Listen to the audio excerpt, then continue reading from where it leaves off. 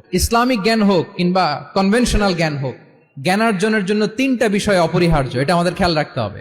এক নম্বর হচ্ছে বিনয়, দুই নম্বর হচ্ছে সফর, তিন নম্বর হচ্ছে সবর। এবার আমি জিজ্ঞেস করি, তোমাদের মুখ থেকে আমি শুনতে চাই, বলো জ্ঞানার্জনের জন্য অপরিহার্য বিষয় কয়টা? এক নম্বরে বিনয়, দুই নম্বরে সফর, তিন নম্বরে সবর। এই তিনটাই লাগবে। বিনয়ী হইতে হবে, ডাউন টু আর্থ হইতে হবে।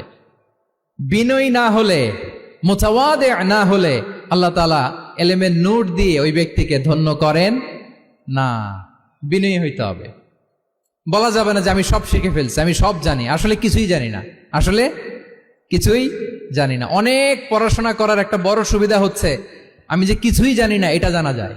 যারা অনেক পড়াশোনা করে, গভীর জ্ঞান অর্জন করে, অনেক পড়াশোনা করার একটা বড় ফায়দা হচ্ছে যে এটা জানা যায় সব শেষে যে আমি কিছুই জানি না। আবুন নওয়াস একটা চমৎকার কবিতা লিখেছেন। উনি বলেছেন, ফাকুল লিমা ইয়াদদাঈ ফিল ইলমি ফালসাফাতান হাফিজতা শাইআন ওয়া গাবাত আনকা আশিয়াউ।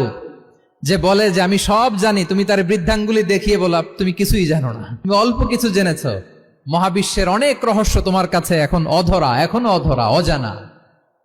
ওয়া ফাওকা কুল্লি যী ইলমিন আলিম। জ্ঞানীর উপরও জ্ঞানী আছে, জাননেওয়ালার উপরও জাননেওয়ালা আছে।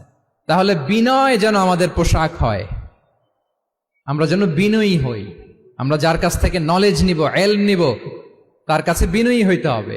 যেই পাত্রে পানি ঢালবো এটা থাকবে নিচে, আর যেই গ্লাস থেকে ঢালা হবে ওইটা থাকে উপরে।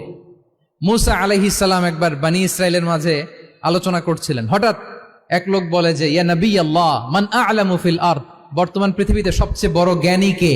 তো মুসা আলাইহিস সালাম বলে ফেললেন, আনা, আমি সবচেয়ে বড় জ্ঞানী। এটা ভুল বলেন নাই, কারণ যাকে আল্লাহ তাআলা ওহির জ্ঞানে ধন্য করেন তিনিই তো সবচেয়ে বড় জ্ঞানী। তো আল্লাহ তাআলা এই রেসপন্সটা, এই আনসারটা পছন্দ করেন না। আল্লাহ তাআলা চাচ্ছিলেন মুসা আলাইহিস সালাম যদি বলতো যে আল্লাহই ভালো জানে বা আল্লাহু আ'লাম, আল্লাহই সবচেয়ে জ্ঞানী, এটা আল্লাহ পছন্দ করতেন। তো উনি যখন বলে ফেলছেন আমি, আল্লাহ বলে, না মুসা, তুমি যে বলে ফেললে আমি সবচেয়ে বড় জ্ঞানী, তুমি তো সবচেয়ে বড় জ্ঞানী নও, তোমার চেয়ে বড় জ্ঞানী আছে। শুনে তো মুসা আলাইহিস সালাম অবাক, কি আমার চেয়ে বড় জ্ঞানী কোথায়? আল্লাহ বললেন, ইযহাব ইলা মাজমাইল বাহরাইন, দুই সাগরের মিলনস্থলে যাও, ওখানে আমার এক বান্দা আছে, ইসমুহু খাদির। এই খাদির, যারে আমরা বাংলায় খিজির বলি আর কি, এই খিজির তোমার চেয়েও জ্ঞানী। আল্লাহু আকবার। আপনারা সূরা কাহাফের তাফসীর পড়লে জানতে পারবেন। গেলেন, নৌকার মধ্যে বসা, হঠাৎ একটা চড়ুই পাখি এসে সাগরের পানি খাচ্ছে। অনেক, to make the long story short, বড় স্টোরিকে আমি ছোট করে বলছি। দুইজন নৌকায় বসা, একটা চড়ুই পাখি এসে সাগরের পানি খায়। তো খিজির আলাইহিস সালাম বললেন, মুসা, চড়ুই পাখিটা দেখতে পাচ্ছ? মুসা আলাইহিস সালাম বললেন, হ্যাঁ দেখতে পাচ্ছি। চড়ুই পাখি যে পানি খেলো এইমাত্র, এটা দেখেছো? হ্যাঁ দেখেছি।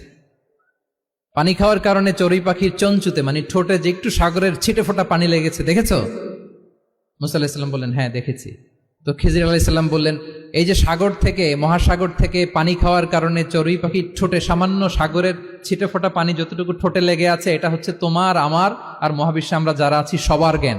আর এই পড়ে থাকা মহাসাগরের পানি হচ্ছে আল্লাহর জ্ঞান।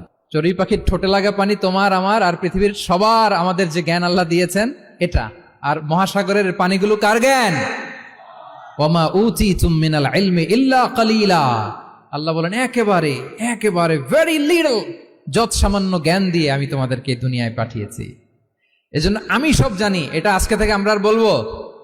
আমার শিক্ষার্থী বন্ধুরা নয়েজ করো, বলো আমরা বলবো আল্লাহু আ'লাম। আল্লাহ ভালো জানেন।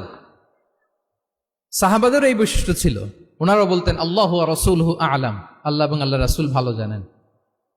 এবং আমাদের ক্লাসিক স্কলারদের এই বৈশিষ্ট্যটা ছিল, অনেক প্রশ্নের উত্তর ওনারা দিতেন না। আমাদের তো প্রশ্ন করলে আমরা হুটহাট উত্তর দিয়ে দিই। অন অ্যান অ্যাভারেজে 10টা প্রশ্ন করলে ইমাম মালিক এর মধ্যে অধিকাংশ প্রশ্নের উত্তরে বলতেন আনা লা আ'লাম, আমি জানি না। আমি জানি না, এটা যখন আমরা বলতে শিখি তখনই বেসিক্যালি আমরা নলেজেবল হয়ে উঠি, জ্ঞানী হয়ে উঠি। তাহলে জ্ঞানার্জনের জন্য অপরিহার্য কয়টা বিষয় বলেছিলাম, মনে আছে না? ঘটনা শুনতে শুনতে কয়টা মোট? এক নম্বরে বিনয়। আমরা বিনয়ী হব। আওয়াজ করে বলি, আমরা কি হব? আমরা বিনয়ী হব।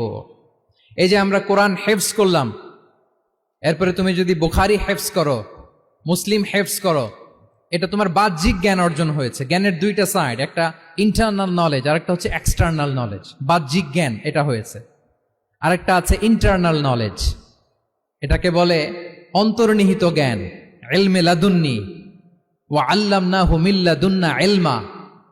এটা শুধু কোরআন হেফজ করলেই হয় না, এটা কোরআন পড়ার পরে, হাদিস পড়ার পরে, এগুলোর উপর আমল করার পরে, বছরের পর বছর সাধনা করার পরে আল্লাহ তাআলা কোনো ব্যক্তিকে ইলমের নূর দেন।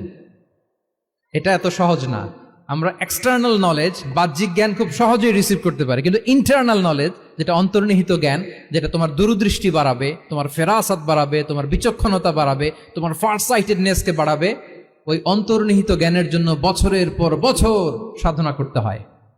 সো আমরা যেন বিনয়ী হই, এটা হচ্ছে নাম্বার 1। 2 নাম্বার কি বলেছিলাম? সফর। ফানজুরু কাইফা কানা আকিবাতুল মুকাজ্জিবিন। আল্লাহ বলে সফর করো, সিরু ফিল আরদ, ট্রাভেল করো। ট্রাভেল করলে তোমার চোখ খুলে যাবে। তুমি যদি পেট্রাতে যাও, জর্ডানের পেট্রায়, তোমার চোখ খুলে যাবে। তুমি যদি ফেরাউনের লাশ দেখে আসো, তুমি অবাক হয়ে যাবে। তুমি যদি জর্ডানের ডেড সি ঘুরে আসো, তুমি অবাক হয়ে যাবে। 1000টা বই পড়ে তুমি ওই জ্ঞান অর্জন করতে পারবে না, যেই জ্ঞান তুমি ট্রাভেলিং করে অর্জন করতে পারবে। তাহলে ভ্রমণ করতে হবে। আর 3 নম্বরে কি বলেছিলাম? সবর, মানে হার্ড ওয়ার্কিং হইতে হবে। পরিশ্রমের কোনো বিকল্প নাই। There is no alternative to be hard working. কোনো বিকল্প নেই, হার্ড ওয়ার্ক তোমাকে করতেই হবে। এটাই সবর। এই 3টা প্রশিক্ষণই আল্লাহ তাআলা মুসা আলাইহিস সালামকে দিয়েছিলেন। লম্বা ঘটনা, তিনি খিজির আলাইহিস সালামের সাথে সফরও করেছেন, ওনার কাছে যে বিনয়ী হয়েছেন।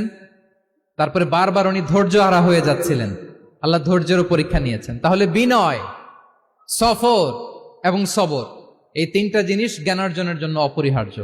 এই ফিচারগুলো দিয়ে, এই ক্যারেক্টারিস্টিক্স গুলো দিয়ে যেন আল্লাহ তাআলা আমাদেরকে ধন্য করে। আমরা সবাই পড়ি আমিন।